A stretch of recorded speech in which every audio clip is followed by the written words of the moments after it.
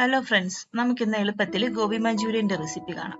അതിനായിട്ട് കോളിഫ്ലവർ ഉപ്പും മഞ്ഞൾപ്പൊടി ഇട്ട് ചൂടുവെള്ളത്തിൽ കുറച്ചു നേരം മുക്കി വയ്ക്കണം. അതേസമയം ഒരു ബൗളിലേക്ക് 3 ടേബിൾ സ്പൂൺ മൈദയും 1.5 ടേബിൾ സ്പൂൺ കോൺഫ്ലോറും 1 ടീസ്പൂൺ കാശ്മീരി ചില്ലി പൗഡറും ആവശ്യത്തിനുള്ള ഉപ്പും ഇട്ടിട്ട് ഇത് നന്നായിട്ട് മിക്സ് ചെയ്യണം. എന്നിട്ട് ഇതിലേക്ക് ആവശ്യത്തിനുള്ള വെള്ളം ഒഴിച്ച് നന്നായിട്ട് കട്ടയില്ലാതെ ഒന്ന് മിക്സ് ചെയ്തെടുക്കണം. അത് ഒരുപാടങ്ങ് ലൂസായി പോവരുത്.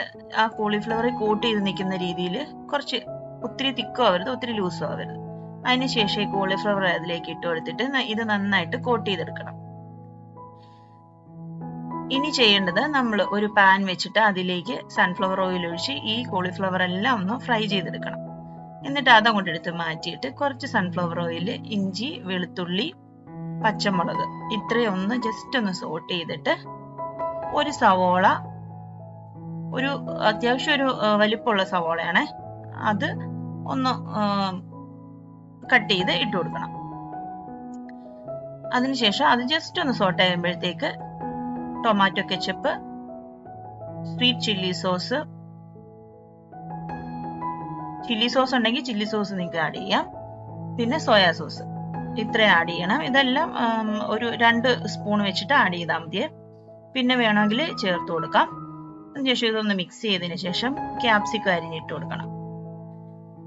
എന്നിട്ട് ഒരു സ്പൂൺ കോൺഫ്ലോർ ഒരു ഗ്ലാസ് വെള്ളത്തിൽ കലക്കിയിട്ട് അതിലേക്ക് ഒഴിച്ചു കൊടുത്തിട്ടുണ്ട്.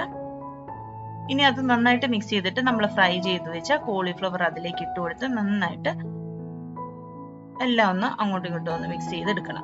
അപ്പൊ നമ്മുടെ ഗോബി മഞ്ചൂരിയൻ റെഡിയായി. ഇനി ഇതിന്റെ മുകളിലേക്ക് ഉള്ളിത്തണ്ട് അരിഞ്ഞിട്ട് കൊടുക്കണം. ജസ്റ്റ് ഒന്ന് ഗാർണിഷ് ചെയ്യാൻ വേണ്ടിയിട്ടാണ്.